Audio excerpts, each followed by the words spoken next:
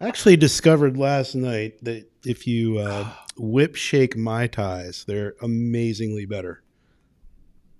So you had Mai Tais What's and a whip tequila shake? Sunriser. There's not really. I Yeah, don't but know I'm why. feeling fine. I just made one for my wife and I, so You just made one? just one, yeah, maybe two. What's you said it was whip mixed? Yeah, whip shake. So that's when you shake the drink until the ice is gone. So it makes it really fluffy. Fluffy. You like it It was fluffy. our anniversary last night. We had 2 bottles of champagne, and that was it. Ted walks in at noon. Yeah. With his Champagne eyes can do it to you. barely open, and I'm like, "You feeling okay?" Yeah, champagne will give you a horrible hangover. Worth it. Yeah, I do. I do like champagne. I won't lie. Totally worth it. I enjoy a really nice dry champagne. I like the wet ones. They're easier to get down. Yeah. Otherwise, it's like powdery. Yeah. Makes it more difficult. I really am questioning how I'm living my life because I have You're not drinking enough. That's the problem. That's the problem. Hell, what time is this over? Anything, drink more. I got to make up for some time. This is like the beginning of every Refresh Friday because it's Friday. Always talking about booze. Right. But this is talking about booze refreshing. from last night, not tonight. Yeah, that's true. We have overachievers on the show today. That's it, man. Well practiced for this evening. Yes. Ready. Winning. That's it. Count it. Winning at life. That's what I say. I actually did have wine. My youngest daughter brought over some wine that she needed finished. So she needed finished. So mom and dad helped her out. And, yeah. That was nice of you. Yeah, she manages a couple restaurants, so it was pretty decent. She came over and was like, "Can you help me with this?" She was like, "This needs to go away. It's going to go bad." And we were like, "Okay." That's a good daughter. Yes, She's it a is. good daughter. Yeah. Oh my God. All that college paid off. 3 seconds. Because now you have the alcohol, is what you're saying? Yeah. Well, the fun has already begun. It started last night. No. And yeah. we're going to keep it rolling. Yeah. Yeah. So welcome back, Carol and Ted. Thank you. And thank you for putting us between two ferns. We need to get ferns next time for real. These aren't not ferns. cornstalk plants. Those are Florida Figurative ferns. Yeah. Who was it that did that? What's his name? Jim? Zach. I can't ever pronounce Zach. it. Zach. Yeah. Zach. Okay. Yeah, that's some funny stuff. It is. He had some amazing guests for that. Yes, he did. Yep. I pull those up on YouTube. Well, speaking of amazing guests, what is this? I'm just trying to think how many Refresh Fridays y'all have been on now. This is our third, I think. Third. I think it's third or fourth, yeah. This is our third, but it'll be the second that people can actually hear what we say. That's right. Oh, that's right. That's right. Yeah. Hopefully we say good things. Now that you can hear us. Yeah, Yeah. Don't screw up this time. Thanks. Not like last time. Yeah. We were horrible. Yeah. No. It's kind of a bummer. I like the enforcement there. That's nice. Y'all were dropping some big bombs, and it was, being a little hard to hear was a bummer. Yeah. It's usually how it works. Yep. You know, the one thing we were talking about that we were really excited about was we were in the midst of developing the video assist chat through our partnership with Cox. And so that has since come out, and the press release on that was a week or two ago. So Yeah. That was one thing that, following Jeff's question, I think on the first one about video chat and what we thought of that. And You remember all this? I do. Well, I don't drink as much as you guys. That's true. To be fair. So anyway, yeah, that's been a really neat product, and we had so much fun testing that as a team, QAing it. Those were fun videos between teams and different offices to get that feature rolled out. I assume there wasn't any booze involved in those tests. We're not really talking about that. Not as far as we know. Yeah. Have to check the recordings. Yeah, do not recall. Well, that's a great place to start, by the way. Thank you for teeing that up, Carol. It's perfect. So She's it's out. Yeah. Do you want to give us a high level rundown of what it is and what it's doing for Cox? Yeah, basically so we created the two-way video. There's a lot of pieces that you have to think through when you're putting something like that together, because it's, does the customer want to be seen? If they do want to be seen, do they have the option to have that? What does it look like on our side to the customer? The dealer is going to use it as well, and what is their environment and how does it look to the customer from the dealers using it?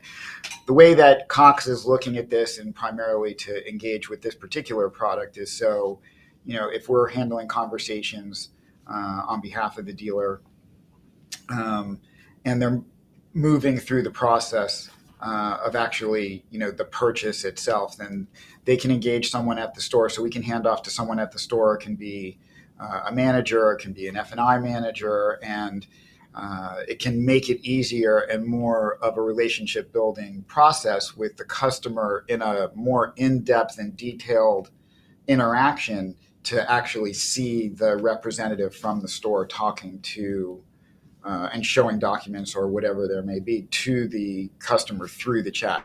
So early stage, when the customer is first engaged, you really don't need that piece. It almost can inhibit some of the conversations, and we've seen that as we've tested other video in the past with some of our other bigger partners who've run this on really large scale.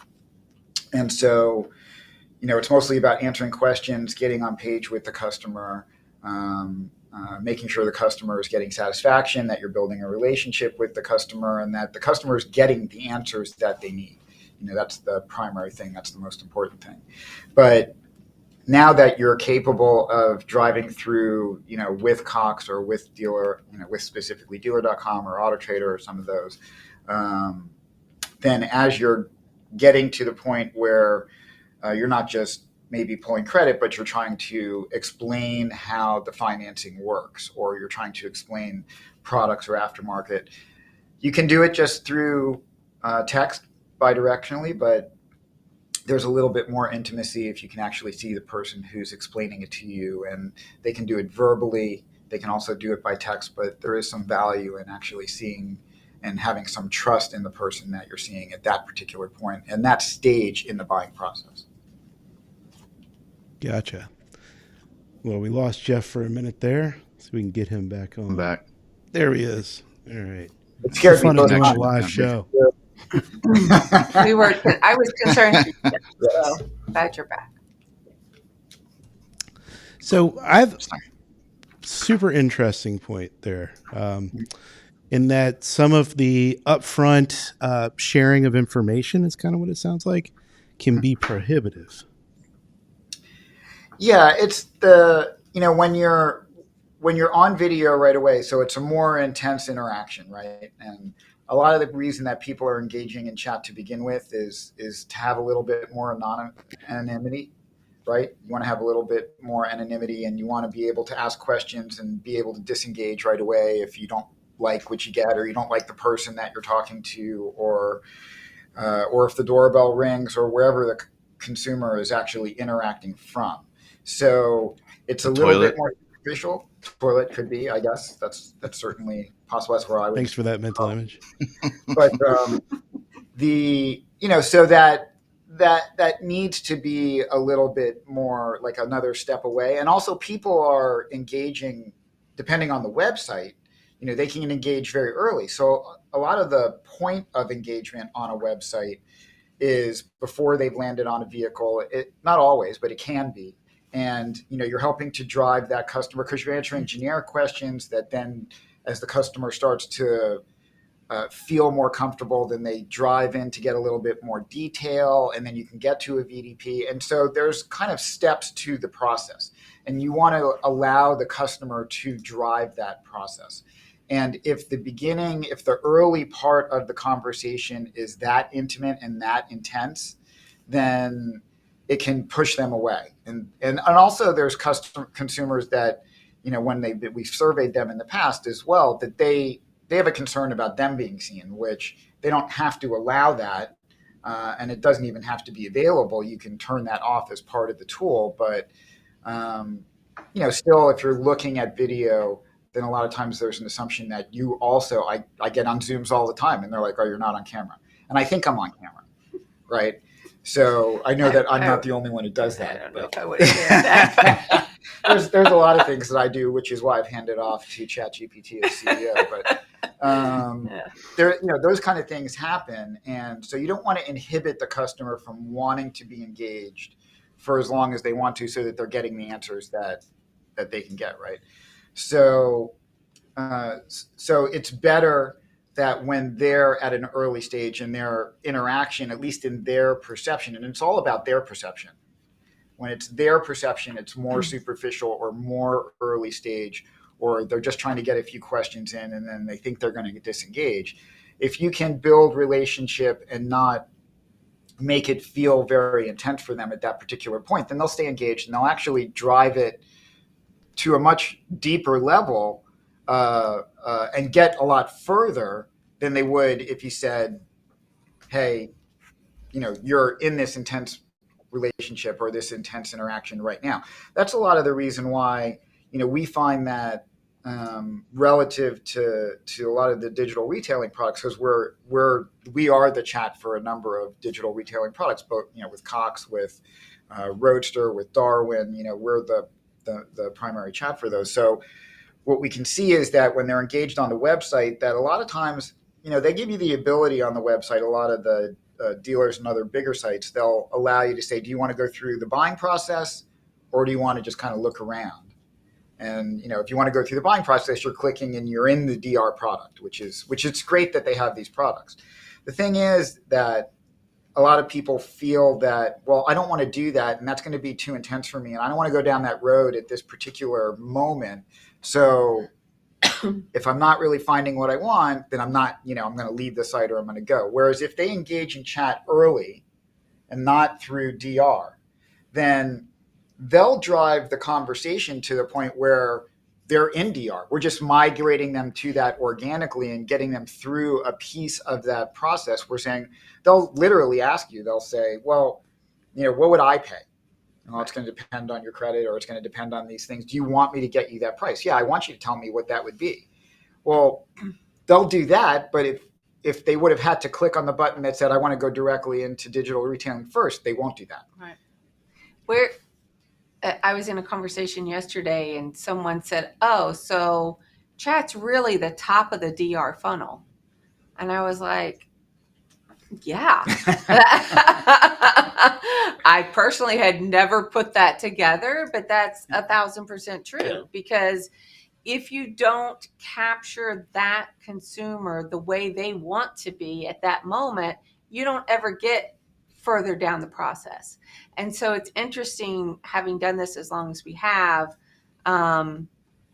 we have all of these Gen Z millennials in the market now. So these digitally native people, they were born with an iPad in their hand, right? So they're perfectly comfortable having that conversation in a digital way. I know that there's been some questions among some dealerships, do we really need chat? Well, that's the way your shoppers want to communicate. That's the way they're comfortable communicating, more and more of the marketplace. So, and then the remark, yeah, go ahead. So many of this younger generation can barely hold a conversation, Right. Whether it's face to face or over the phone. So I can, So if they Makes all have the someone sense. who's being responsive, who's being attentive, who's able to interpret and acknowledge exactly what they're That's saying, then their walls start to come down. They start to get, in a better position to continue that process and that relationship online, and then ultimately complete the sale.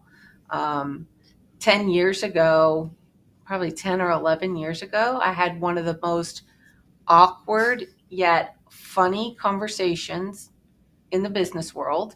We had a self-managed dealer. He had a BDC center with some lovely ladies handling the chat for him. And he wanted me to get on the call and talk to his team and figure out why they can't convert to a lead at the same percentage as we do. And they were like 35% from conversation to lead. And through talking to them and how they handle them versus us, he summed it up so eloquently by saying, y'all are trying to get in their pants too soon. And he just kept repeating the phrase, "You're trying to get in their pants too soon. Sure, you get in their pants." I'm like, okay, that's a way to explain it. Yes. But yeah, and that was the big takeaway is you can't just start going. It doesn't matter. The rates might not matter. The trade eval might not matter, whether it's good or bad, if it's too soon.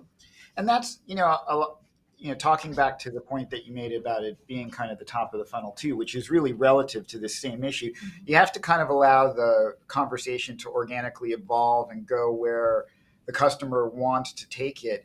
And it's not just from a sales perspective that, there's these early stage, the top of the funnel for service, even for body shop, we handle conversations like this. And a lot of times the customer's like, can I ask you a question about service, or where is the service department, or, do you offer these kind of services? And even though this stuff is all available on the site and they can find a lot of this stuff, they just don't want to have to search around for it. And if they give you the opportunity to engage about it, then you can get a lot more out of it than if they would have just navigated the site in the first place. It's a lot more valuable to the dealer because we can make the appointments, we can upsell them, we can do other things with the customer that also build that relationship between the customer and the dealer that's going to keep the dealer there. That's a great tip, actually. It's a good tip. I would suggest that to anybody. If we say nothing else, that's the worthwhile tip. Yeah, we could end the show right there. Huh? So, very interesting point about chat being top of the funnel. It made me realize something. Anytime we introduce something new to a consumer, whether it be a process like digital retailing or 20 years ago, actually our websites and the fact that you can submit leads, you always have to train the customer. You add something new to your website, you shouldn't expect it to have immediate results, for example. But chat can be that tool to help get the consumer over the hurdle, get them trained, and get them utilizing that process or that path you wish them to go down.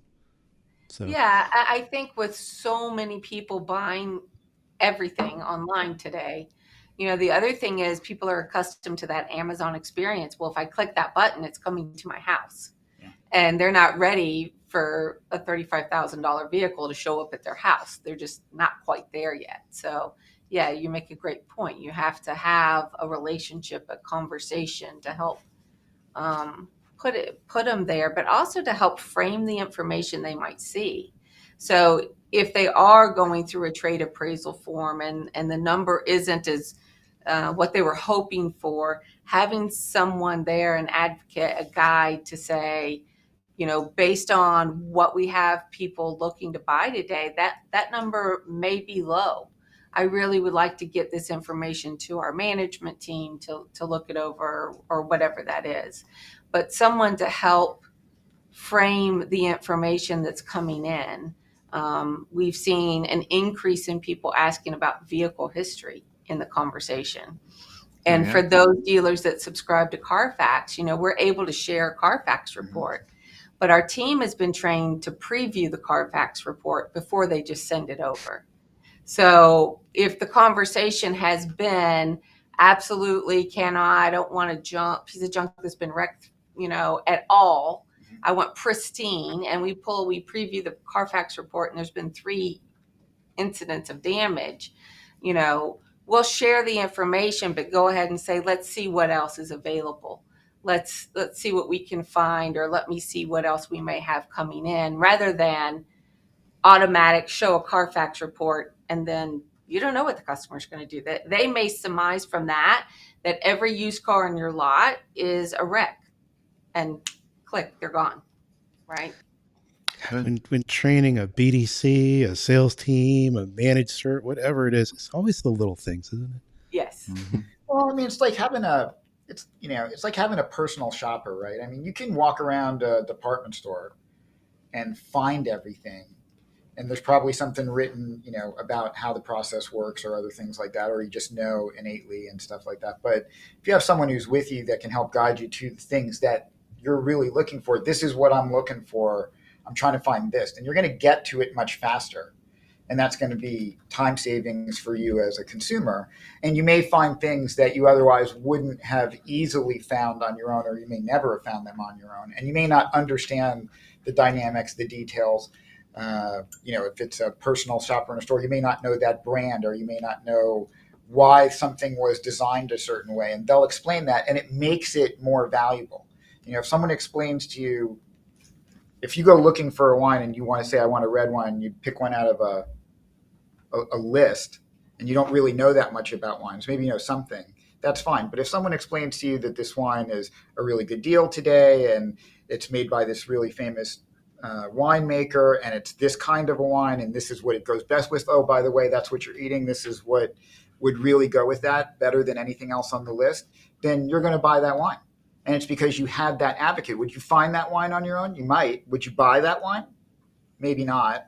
It depends how much you know, or if you just happened on it. But when you have that advocate, that person who's helping you through this process, it significantly impacts the experience for the customer, because it shortens the time, but it also increases their desire to buy the thing that you're helping to navigate them toward, because you're giving them the reasons why it's valuable to them. And that's a huge thing. I mean, I think that's missed a lot on people. I mean, almost everybody has chat now. I mean, it's not like it's chat or text or whatever. So that isn't it. It's the way it's used that makes so much of an impact on the success of the use and the impact on the customer and what it does for the customer, which innately, intrinsically is what makes value for the dealer, right? Because the customer is going to want to buy that car, and they're going to want to buy it from you because of how they were treated. It's the whole reason dealerships exist and salespeople have jobs. Yeah. Right. Yeah, absolutely. Right. People need to be shown the way. Yeah.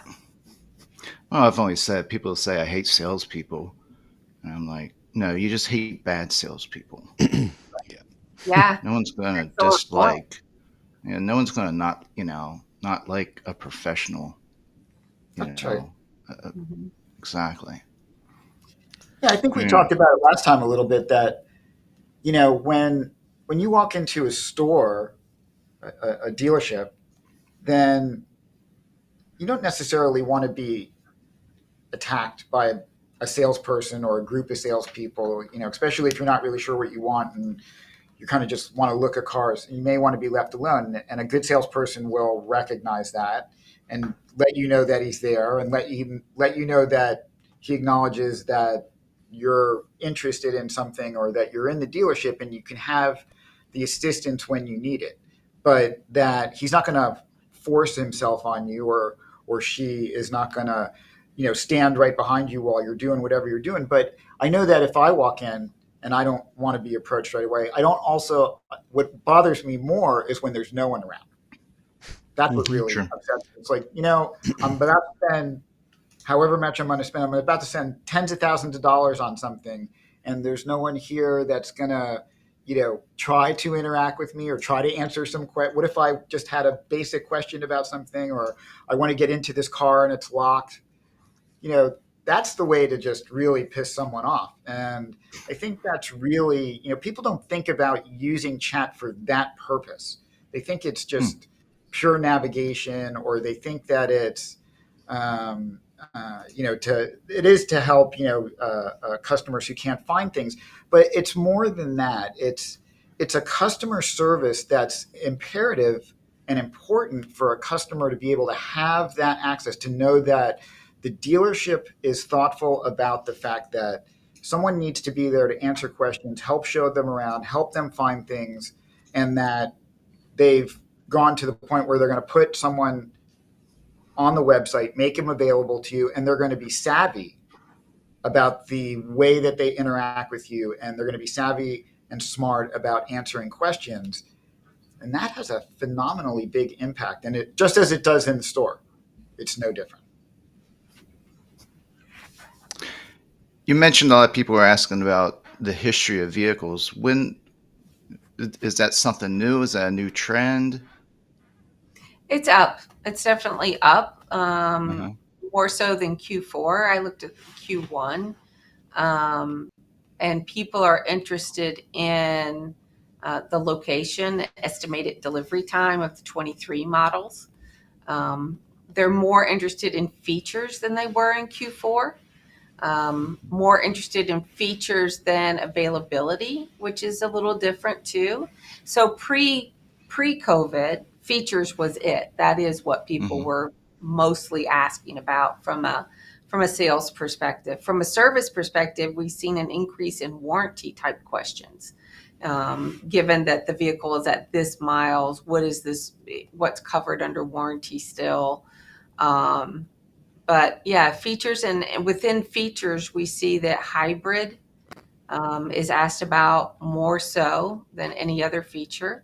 And then sunroof, moonroof is like number 2, which isn't surprising, but that's a little tougher to find on a vehicle details page if it has a roof, and sometimes you can't tell from the pictures. So I would hope by now that dealerships are taking photos of a car with a sunroof.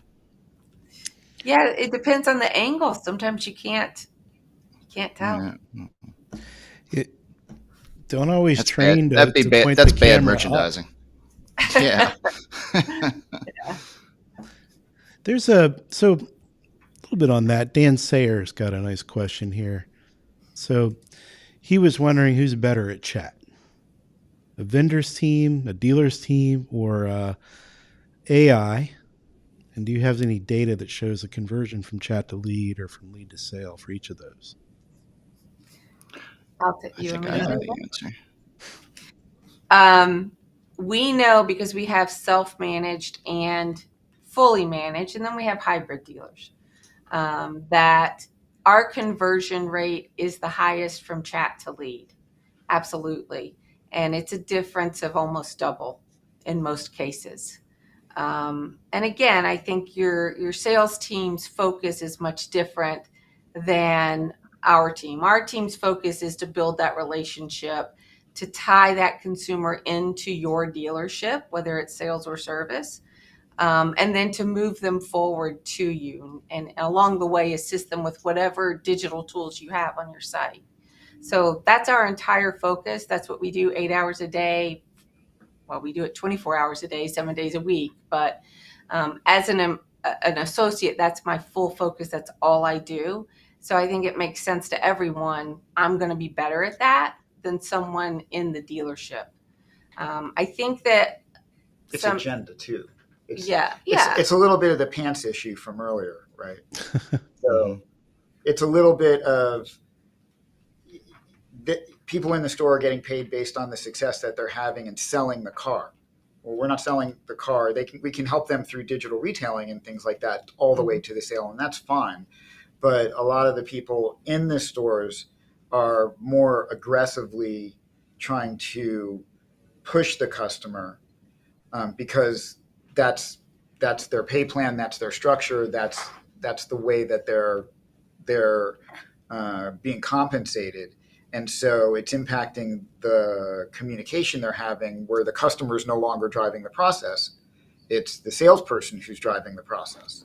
And that's more common in stores. When we were in stores and running stores, that's what happened. The salesperson had to control the process and even manage that for the customer a little bit more, because that's how you got them, through and into the car. And also, it could take just a tremendous amount of time, which ultimately would be damaging for the relationship between you and the customer.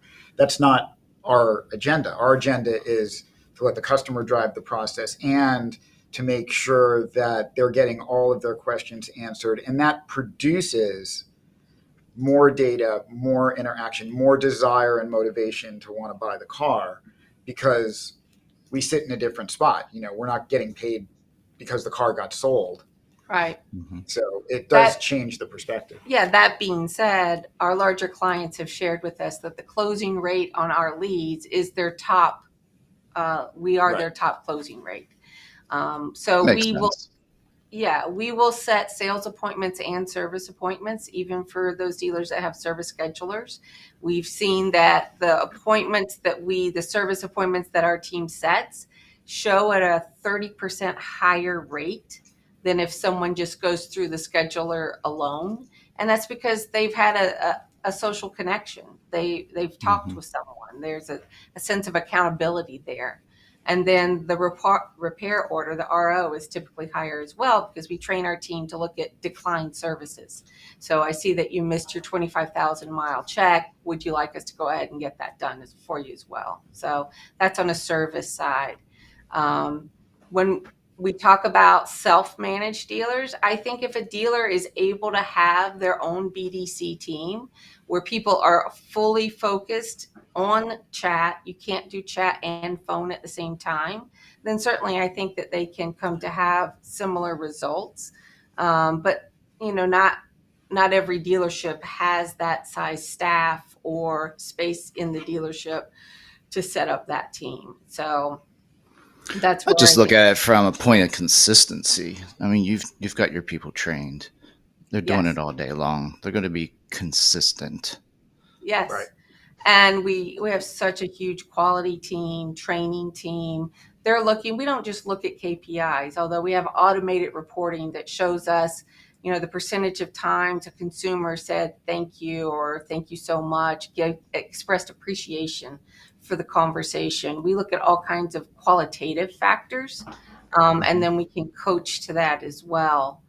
In terms of, I could talk all day about the self-managed manage aspect, but the AI aspect of it, to me, is the biggest hoax, because anyone who's relying on a automated workflow to answer your chat, imagine someone walks into the showroom and you have those little bots in the hotels are kind of cute. I'll give them that. But if they just walked up and spit out 5 questions and that's it. What's your name? What are you looking for? What department? What happened there? And so as we've moved into this tighter market where interest rates are a factor and the volume and all the hype, now people are buried in their cars. If you're losing 30% of your shoppers off the top because of an automated workflow, you're really losing dollars. There's not an endless supply of opportunities today to sell a car. And I think it's important to understand too that, we understand, look, the AI is for the reporting and for kind of recognition internally. We don't want something like that customer facing. And part of the reason is that you want empathy with the customer, right? You want that to be visible to the customer. You need them to feel it. And you're not going to get that from a bot. And there's too much at stake in the very first parlay with the customer, the very first interaction that you're going to have, to leave it to something that's automation, something that's like an AI bot, because it does have the ability to understand and to kind of make some tactical decisions. But as we've seen, it's not designed to be conversational at this moment.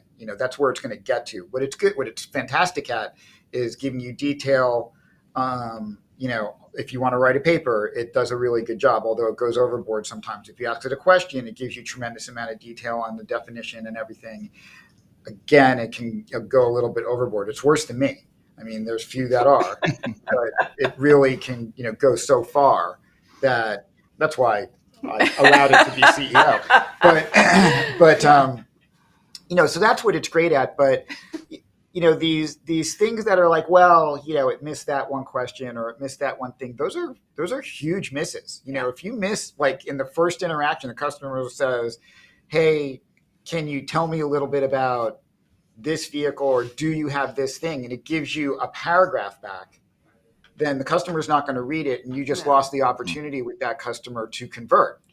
Where the answer to that may be another question at that moment. It could be, sure, can you tell me why this, that, and the other thing? It depends. You're looking at the same things that a bot would, but you're looking at it from a much more human perspective and how you'd want to be responded to. The bots will get there. There's no doubt about it.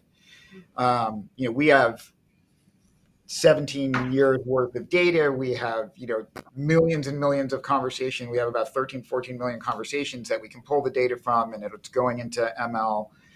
And, the AI can't analyze it, but we just don't see that you're getting the effective conversion rate with the AI, not just from a conversion into a lead. And customers are much more apt to give you, contact information now, but they don't convert to the sale. So for the customers that we have where we can tell what's happening, all the way to the sale, they don't convert to the sale that well. And it's a more tedious lead for a salesperson at the store to navigate to do that. And, back to self-service, I also want to say for that too, she's giving you the statistics. Stores can do this.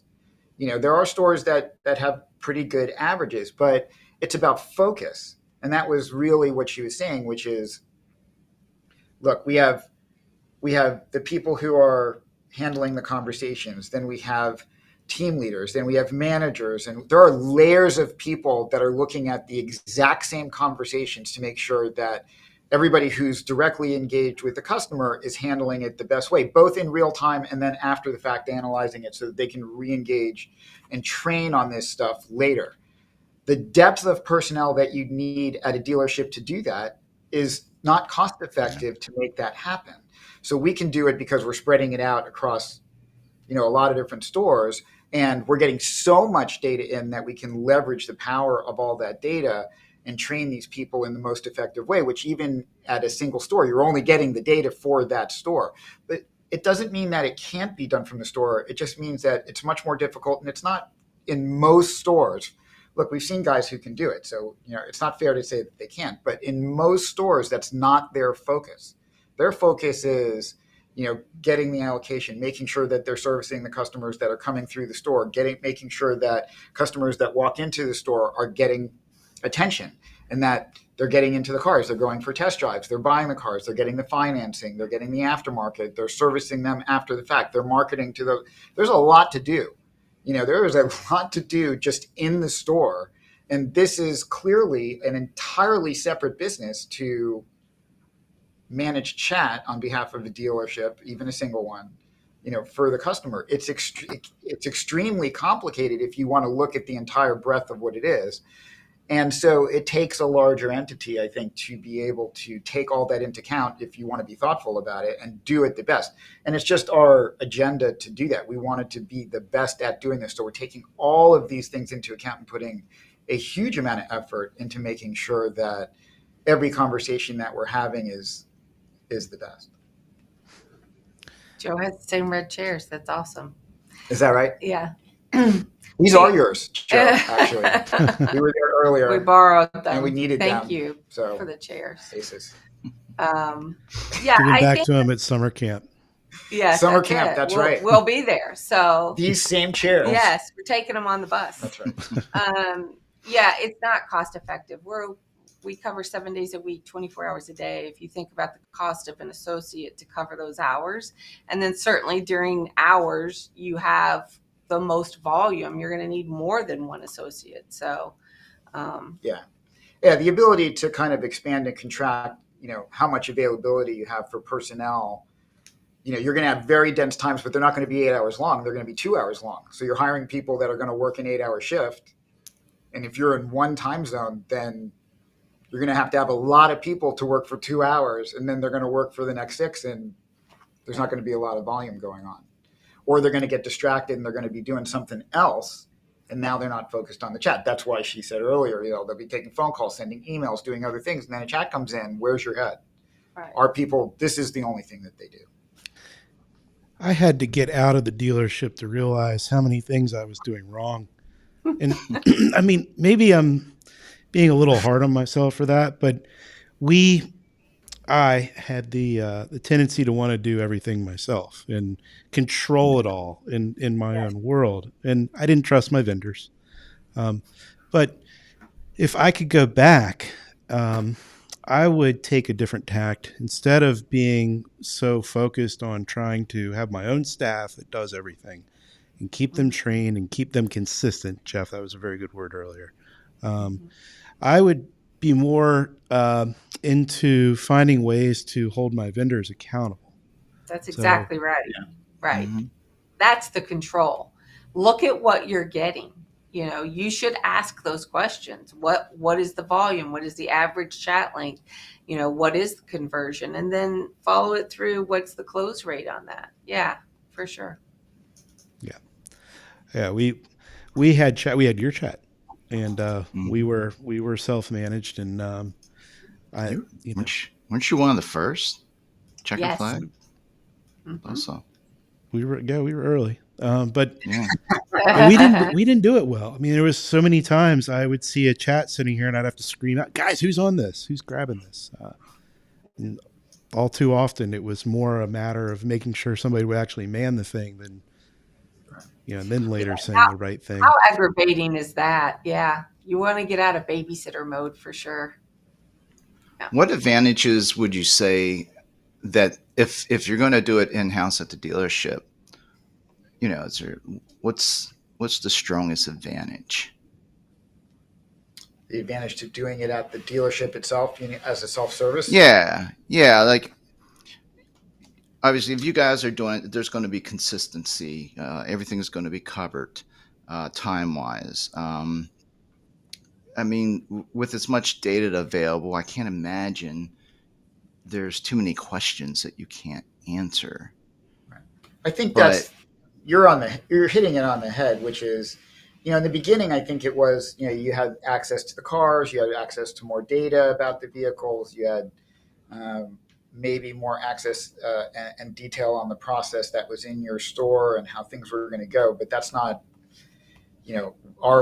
we actually have so much data at this point about the store, about the vehicle, about the specs on the car, that we're seeing it in real time, as we're taking the inbound. As soon as we pick it up, there's a ton of data that's in front of each rep, and they can tell the specials at the store. They can tell why the store is a significant store. They can tell detail on the vehicle. They have, just so many data points and specs on the vehicle itself. How long it is, if you wanted to know how long it was, it'll fit in your garage, what type of wheels it has. I mean, anything that you could find, more data than you could probably come up with on your own, even as a pro in the store itself. That I don't know that there's a specific advantage to handling it in the store. And there's even points in the conversation where we've identified that even internally that, a handoff to someone else is like an upgrade. So when a customer it's just like in the store that and hopefully there's no customers watching this, but as a salesperson, you'd be handling a customer and you'd say, "Let me go get my manager," and you walk into the coffee room and just grab the closest salesperson and go talk to this guy. And the customer's perception is, okay, I'm talking to someone who's more senior, has more information, and they didn't need to have more information. It was the perception that they were moving to another step in the process. Right. So that's something that we don't have to have. It's more about the perception of the customer and about the conversation and the relationship building now. And that's what we're finding online, that the people in the store don't really have much of an advantage. There isn't anything that they can do. We can do it all from here, and we have access to everything from here. I would look to try to find a way to give an advantage. I'd like to be able to say there is an I advantage know for the I'm dealer. sitting here But trying to think of one too, and I honestly can't, yeah, because I also think there are questions, that come in the conversation that while a salesperson may be able to give a quick answer, Yeah. I don't know that that's the best thing in terms of driving revenue. And it's like you said, it's both a follow-up, by not giving that quick answer, and then the consumer is waiting for someone to call or email with an answer. And when that happens, now you've just built another level of trust. I've said what Yeah. I was going to do. It's happened. That's right. Um, I think that may be the best way to answer this question. And Carol just kind of made me think about it this way. And we've said this before, but I guess not in terms of the way that I want to answer this question, which is the success of an interaction with the customer through messaging has more to do with the conversational aspects than the content. Okay, so if you were in the store, then let's I don't think that you would have more content, but let's arguably say that I'm missing something, and there is something about the content that you would just have more access to because it's your specific store. What really is moving the customer through the process is the conversation, and we just have so many conversations, and there's so much density, and there's so many people looking at the conversations to understand what's working and what's not on a daily basis, really like on an hourly basis, that I don't think that you could get the benefit of that by being in the store. It's just, you just aren't possibly, I mean, we're having millions of conversations, in a year, a dealership's not even going to have, 10,000 conversations.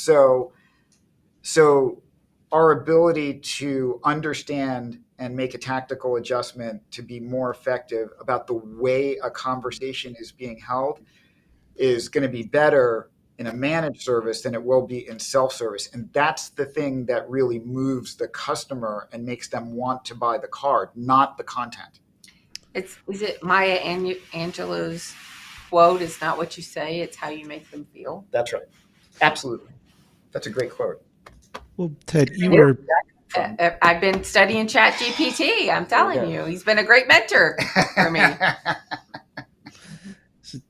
So, Ted, you hit on it earlier. And I think this rings true not just for chat, but for anything that isn't a physical presence in the dealership, a physical customer who's walked in. The sales staff is built around that physical interaction. I mean, they're usually not that good at the phones either, or even writing emails. And we used to say all the time, "Hey, you can't sell a car over the phone. You can't sell a car via email." But they always tried to set themselves up for it to make their jobs easier under the anticipation the customer was going to show up. But a lot of the time, they forgot many of the simple steps, like asking for the appointment. Right. That was just always like, but in hindsight, I think about it, like every time a sales agent, the ones I worked with at least, and Jeff, you could say whether this is true or not at your store, but it seemed like every time an up was taken, they forgot how to do their job. And it was like, I got to go to the desk and ask the manager what to do next. It's like, dude, you've been doing this for 20 years. You do it sometimes 2 or 3 times a day. And you still don't remember. You got to get a credit app. You got to get them in the building. You got to test drive them. What? Yeah, it's like they're selling their first car all over again. Just get excited, I guess. Forget it all. But to your point, it's like a specialized job that's focused on doing a specialized thing through specialized technology is always going to outperform a generalist.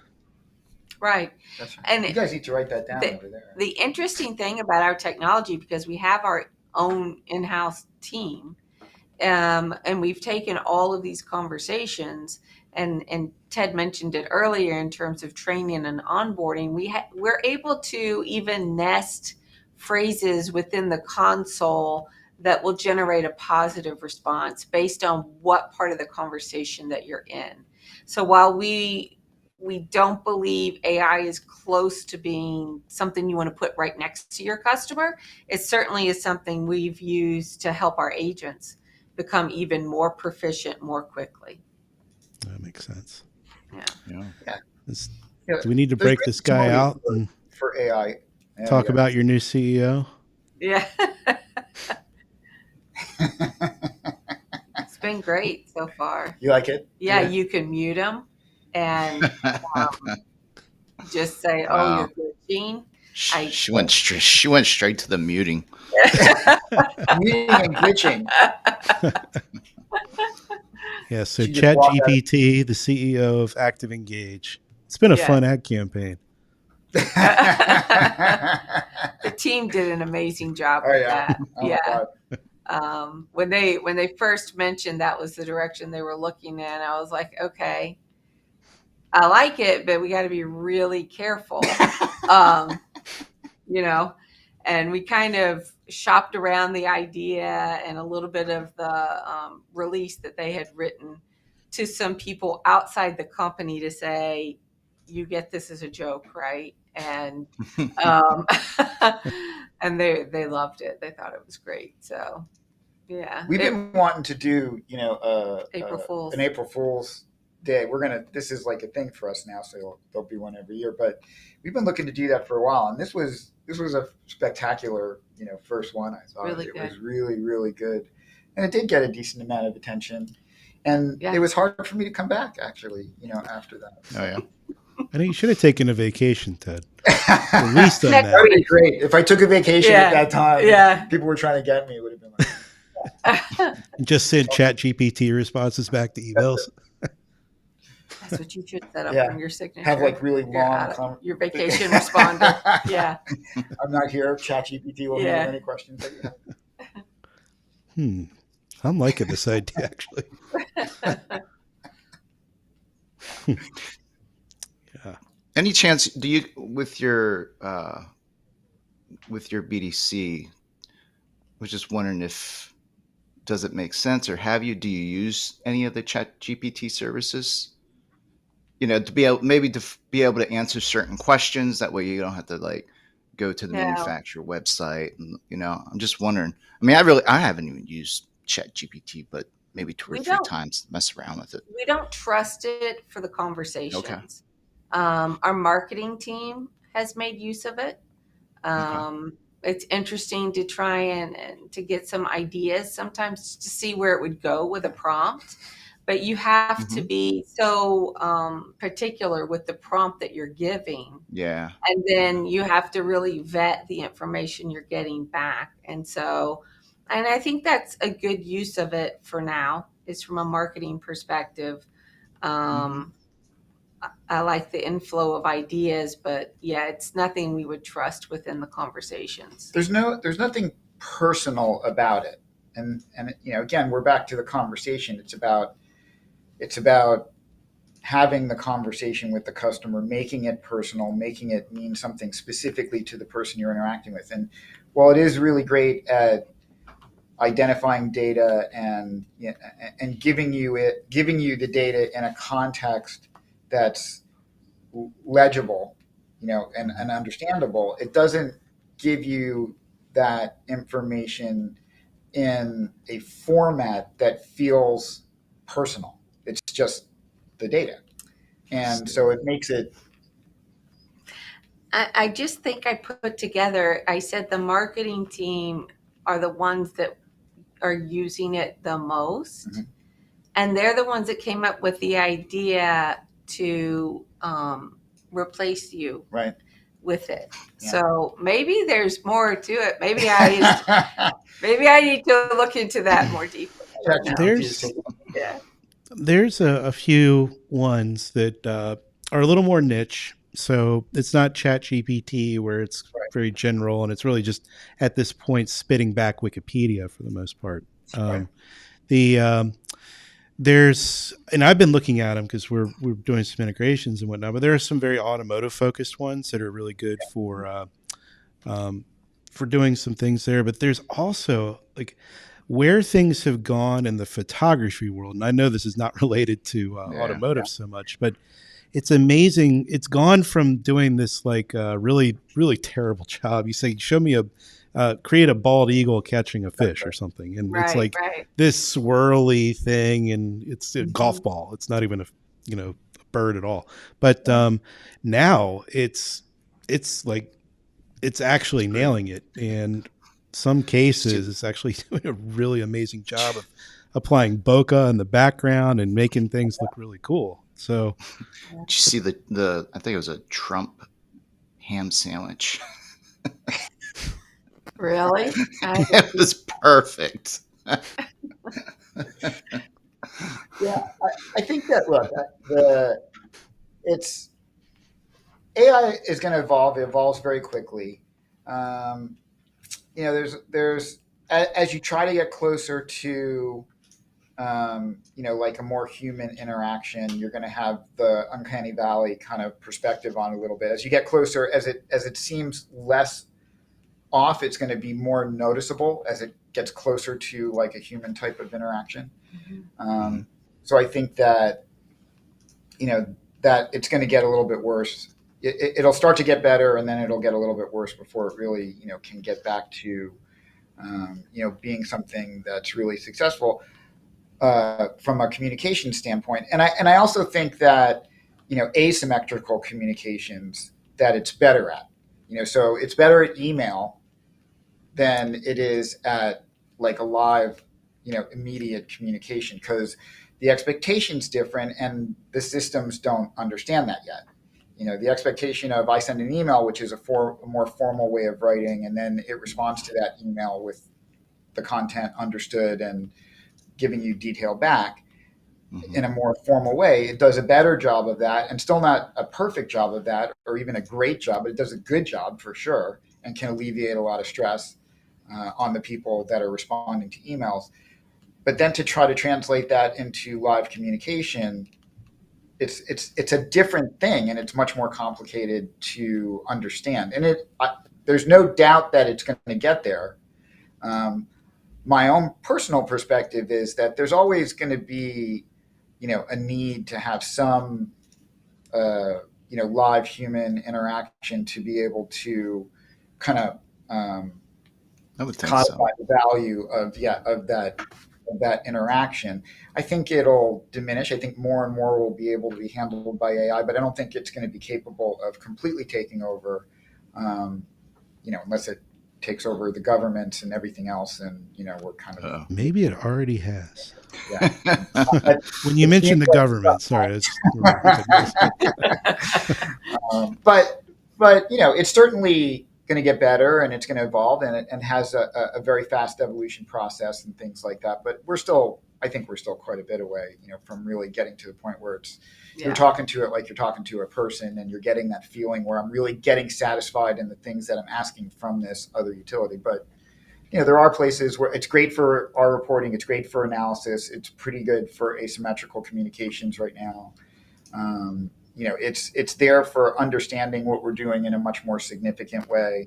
And it can, analyze a huge amount of data and look for things that it doesn't know what I'm looking for. It's doing an analysis where it's looking at the entire breadth of data and going, oh, I'm seeing these consistencies. Let's start analyzing these types of things and drilling down on that. That's what AI was initially designed to do. And that's where I think it's really has most success right now. As it's migrating, it's going to have more hiccups and bumps and stuff like that. But, it will evolve. So. And it's happening quick. We'll see. Yeah. See what happens. We're ready either way. So yep. It doesn't matter. That or we just completely divorce it, as some of the tech leaders are asking us to do. And yeah. Step away. Yeah. It's a little scary. It's a little uncomfortable for many, many reasons. I trust that our younger generation use and misuse common everyday words in so many different ways. That's going to keep ChatGPT at bay. It's just going to be confused. Tone's a bitch. Yeah. I get what you're saying. Yeah. Nice. Well, you guys had goes by fast. I did go by fast. I think the learning lesson here is be careful of the sugar content in your alcoholic drinks. That's right. Number one. For sure. Very careful. Carbs in your drinks. Mhm. It's a bad thing. Just drink the tequila. Just drink the tequila. If anything you take away, it's just drink straight tequila. That's it. I will remember that.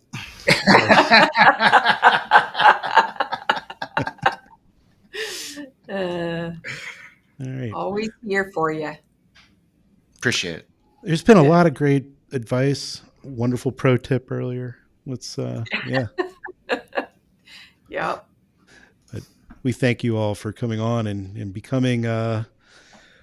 We really need to come up with a name for when you've broken 3 shows. Yeah, That's right.